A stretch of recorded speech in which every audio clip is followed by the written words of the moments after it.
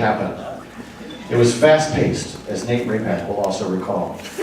So one day, Nate and I were sitting close together in Physics 400 junior year, second period, listening to the rambling going on in the room on the intercom. Nobody listens to them. They never did, they never will.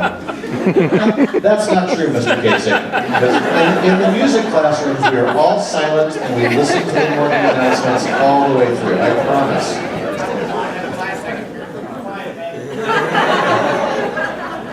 It was going on for what seemed like forever. As it was closing up, I remember quite fondly the announcer spoke words along the lines of, "And now step outside your classroom and celebrate the achievements of so-and-so group as the band plays a spirit parade in the hallways."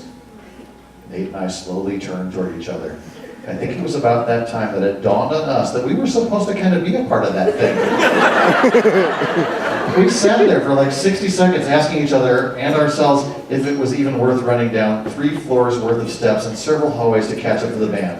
Now at this point, class was almost underway and the teacher was getting started with the new material. We had to decide fast. We could hear the band echoing through the hallways, taunting us. I don't know who acted first. I do believe it was me. Actually, it definitely was me. But I distinctly remember yelling, "Screw it!" and sprinting out of the classroom. I was happy to see Nate following me.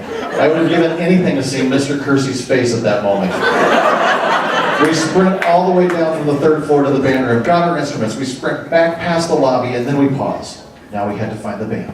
We spent the next 5 minutes running around all over the school with our instruments, up and down flights of stairs, passing random classes.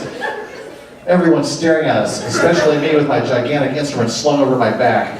We eventually split up as Nate saw the band and found a way to surreptitiously enter his section. I was less fortunate. It took me about another 45 seconds to find the band again, and it's wrote, and I just rolled in the band and started playing. It was great. We both made it, and it was all fine. The band now rounds the corner, and I notice that where we are, we're heading right back to the lobby. The parade is over. We passed Mr. Teague right before turning into the lobby, and I remember him patting me on the back as I strode past him. I think he noticed how much I was perspiring and thought that it was the effect of me playing so loudly and powerfully.